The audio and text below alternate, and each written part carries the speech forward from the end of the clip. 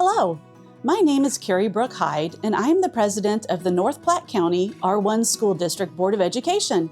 I want to thank you in advance for the time you take to watch this brief informational video to better explain why the district is placing a $7 million general obligation bond issue on the ballot for the April 7, 2026 election.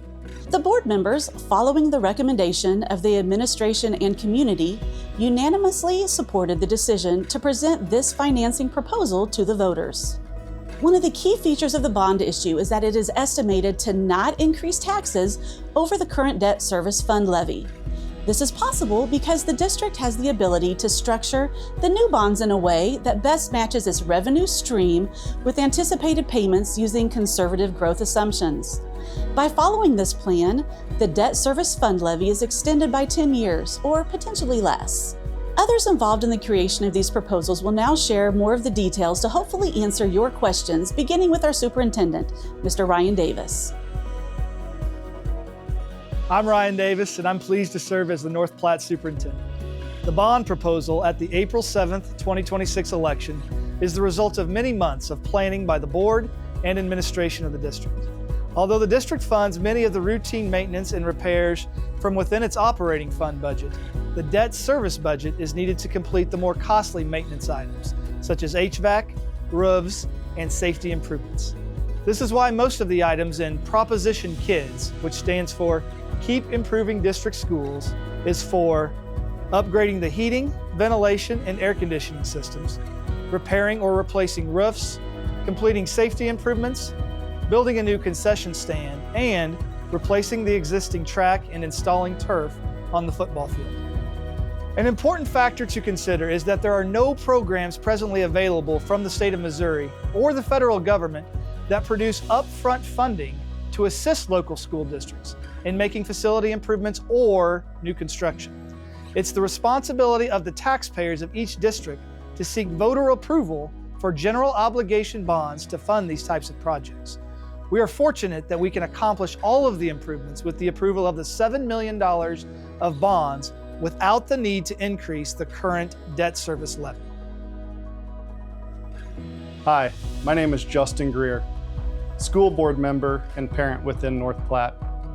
As Mr. Davis noted, addressing heating, ventilation, and air conditioning issues, replacing or fixing roofs, building a new concession stand, and replacing the track and adding turf will require expertise to follow code and safety standards.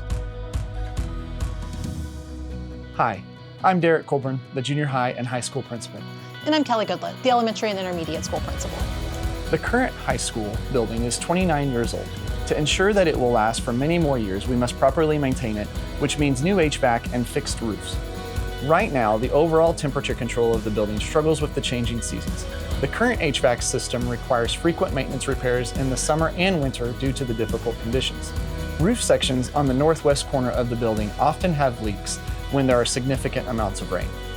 And at the elementary school, similar HVAC and roofing repairs are needed. The second grade wing is not on the boiler system at the school and is in need of HVAC repair and installation. Roofing repair and replacement is needed in the main entrance, as well as the first grade wing, where it often leaks during storms. Next to speak about the track, football field, as well as our practice football field is our high school and junior high assistant principal, Joe Fedrizzi. Hi, my name is Joe Fedrizzi, and I am the junior high and high school assistant principal at North Platte. As mentioned by both Mr. Davis and Mr. Greer, the district's track and football field are in need of attention. The current track is in need of repair and a full resurface. The current track has many areas that are cracking, peeling up, coming off entirely on the edges, and caving in. In addition, the field event areas are in need of replacement and moved to provide a more safe area for both track and football athletes. The grass football field is good with perfect weather. Missouri summers and hard-fought games typically take its toll on the playing surface. Regular maintenance and unscheduled maintenance issues along painting the field require a significant amount of time and money.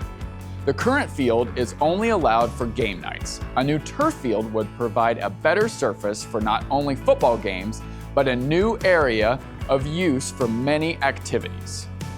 These activities include band practices, cheerleading, PE, classes, more youth league opportunities, and a huge upgrade in a field for football practice where the current practice field does not allow for a full-size field and sees significant wear and tear throughout the season.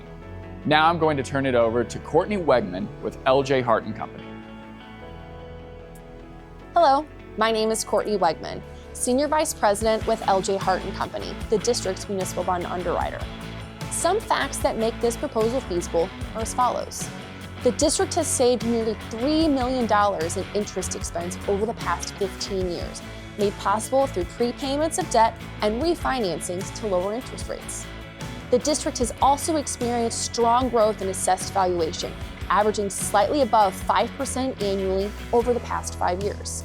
The combination of high interest savings along with growth in assessed valuation are significant factors making it possible to go forward with this proposal.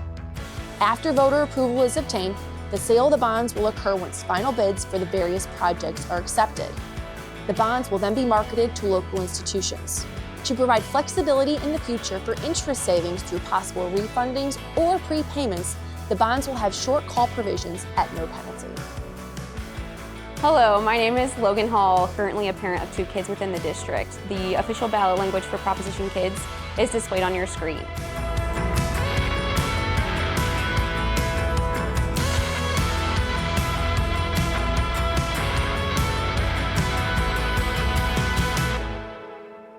The polling places will be published well in advance of the election. The last day for voter registration is March 11th, 2026. Absentee ballots can be requested through the U.S. mail through March 25th, 2026 and must be received by April 7th, 2026 in order to be counted. People who wish to vote absentee can also do so in the Platte County Board of Elections office through April 6th, 2026. For approval of the bond issue, a 4/7 or 57.14% majority is required. That is our presentation to provide information about the North Platte County R1 School District bond proposal. Thank you very much for watching. Please call Ryan Davis at 816-450-3511 to schedule a meeting with him so your questions can be answered.